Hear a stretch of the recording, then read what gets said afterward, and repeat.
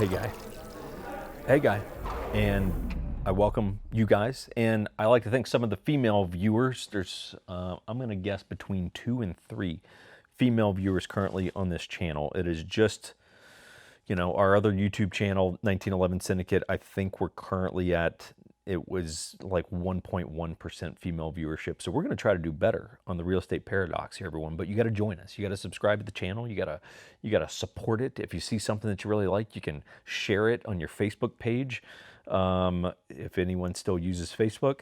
And yeah, if you ever need real estate help, 1911 Syndicate, that's my baby. We work with a lot of veterans and law enforcement, firefighters, stuff like that, but we'll help anyone. We like everyone, except idiots. We don't like idiots, but I think that's kind of a universal truth, isn't it?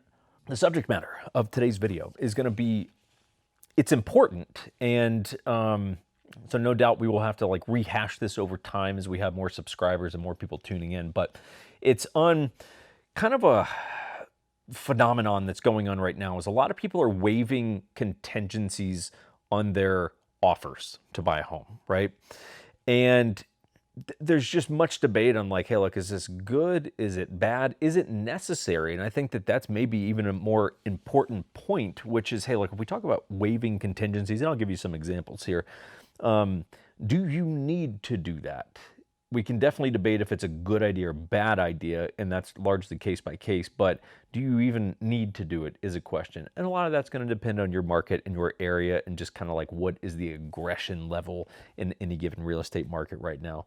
In case you guys are wondering, the dog is here. He's just on the ground passed out because it was hot and we went for a walk, so now he's taking a nice little nap. He might join us here in a little bit.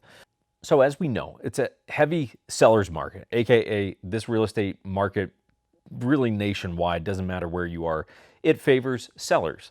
Now, it's not that that means you shouldn't go buy a house. And if you're like, I want to buy a house, then you should go buy a house. If it makes you happy and this is a good time for you, then go do it. I'm just telling you that, hey, look, the scales favor sellers right now. Okay, so you just have to understand that.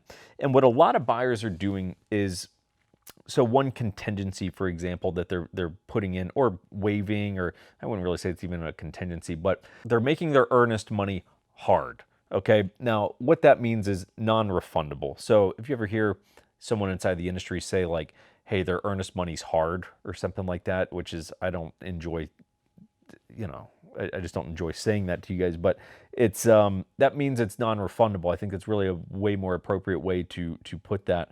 But hey, your earnest money is really just good faith money, just showing that you have some skin in the game, although based on where you are, everything's going to depend and how the contract is written. But in large part, your earnest money for the buyer should be refundable to you if you cancel a contract inside of, a certain period within the roughly 30-day escrow period. So let's just say, hey, look, you got a couple of week period to do inspections.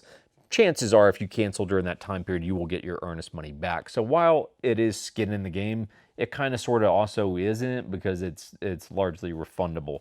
So just understand that. But a lot of people are making their earnest money non-refundable, and this is not a strategy that I like. It does show that you're dead serious about it, but the reality is, like, what if the house just sucks? And you get in there with the inspector and you're like, this house sucks and we're canceling, because we are allowed to cancel per the contract and some of the deadlines. But now, shit, man, we got a little over ambitious and now we just lost. Earnest money is typically about 1% of the purchase price. So let's just say it's $300,000 house. It'd be $300,000 house would be about $3,000 on your earnest money. You're like, shit, I just lost $3,000 just because I was trying to make a competitive offer. So I don't like making earnest money hard. I don't do that. I typically, at varying stages of the contract, typically it's like after the due diligence or inspection deadline, sometimes I'll say, hey, look, we'll either split the earnest money or split it up, 60, 40, 70, 30, whatever I think is appropriate based on those circumstances. So making it entirely non-refundable from day one, I do not like. I do not think it's a good strategy. There sure could be caveats to that, but I don't see a lot of them. The second thing is a lot of people are waiving their due diligence contingency, AKA we don't need to do an inspection even if their loan might dictate that they have to do it. It's kind of saying, hey, regardless of what happens in the inspection, we're still in. And this is, maybe my least favorite thing to do. Because I'm like, look, I've never advised anyone to do that. I don't really foresee a scenario where I would advise someone to do that unless it came down to sheer desperation of like, yo, I have to get a house under contract right now because I'm getting kicked out of my apartment in a month or something like that. Maybe we can entertain it. Or if you walk through a place and you're like, one, I'm desperate. Two, let's really look analytically at the house and put on our miniature inspector hat for a minute. And if it looks really good and it's very new inside of the past 5 years and we're just not detecting much, okay, maybe waive your due diligence deadline, but it makes me uncomfortable. I don't like it. Okay, I don't like it, and I wouldn't really advise that you guys do that. The third one that people are waiving, and I'm still a little confused even on how people are doing this, but they're waiving appraisal contingencies. I think the only way that you could really get away with doing this is if, look, you just had a good amount of cash where, look, you can serve it, let's just say a $300,000 house. You're saying, look, okay, you know, maybe it doesn't appraise for 300, or maybe we offered 320, right? And we're not sure if it's going to appraise at that, but we know it's at least going to get it to appraise at 290, and we're comfortable in covering whatever that gap could be between 290 and the 310 that we offered or whatever it is. If you're like, look, we've got the cash to float the difference, okay, I could maybe get on board with waiving the appraisal contingency. Also makes me uncomfortable though. Like if you're getting the impression here, you're probably correct, which is I'm willing to play within the rules of the game, but I'm not a guy that just like slings out wild offers that I think are not in my guy's best interest. One, we have an actual fiduciary duty to do what is in our client's best interest. So if you ever get agents who are advising you to do questionable stuff, it's like, it's just more about them getting paid or you getting an actual like good house that's good for you. So it is fair to ask those questions, at least internally, reflect upon them. So I don't know. Most of those, between the earnest money, the due diligence, and the appraisal, most of those things I can't really get on board with. Yes, it is case by case. In the overwhelming majority of circumstances, I'm going to say it's probably not in your best interest.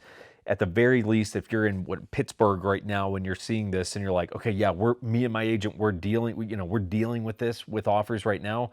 Cool. I think you need to have a very real conversation with that agent to go, hey, talk me through pros and cons of this. What are the risks?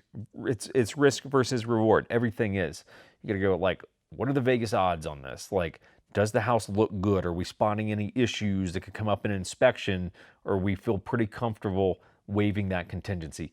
And only you're going to know that just based on your circumstances here. What I would tell you is don't resort to desperation. You do not need to get desperate. You do not need to go full like beta on these offers. Like you can still like hold your head high and go, look, we're submitting a good offer and we're just not going to get screwed over because it's a seller's market. Okay. So like don't concede everything.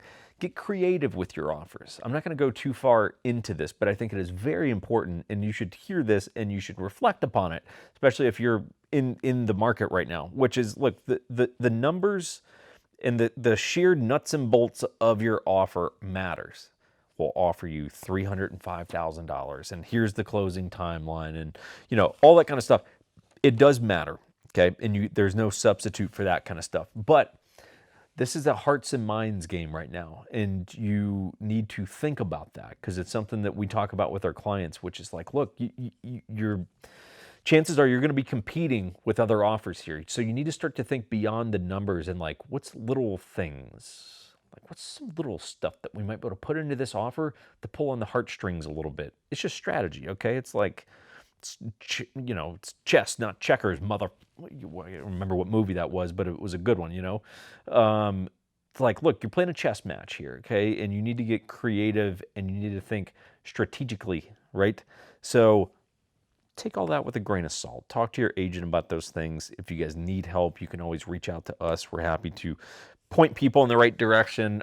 We do have a lot of different agents that we work with in different cities, so we can always help you guys with that as well. So anyway, food for thought. Hope you guys have enjoyed the content this week. Enjoy your weekends. Go out on your boat on the lake and go play with your dogs and take them on walks. Don't take them to dog parks, everyone. Dog parks are, it's just, it's basically like a prison yard. Okay, it's a prison yard for dogs, and dogs get shanked and all kinds of bad things happen in dog parks. So don't do that. Stay away. Keep your furry friends away from the dog park. Everyone, I hope this is helpful, and we will see you soon.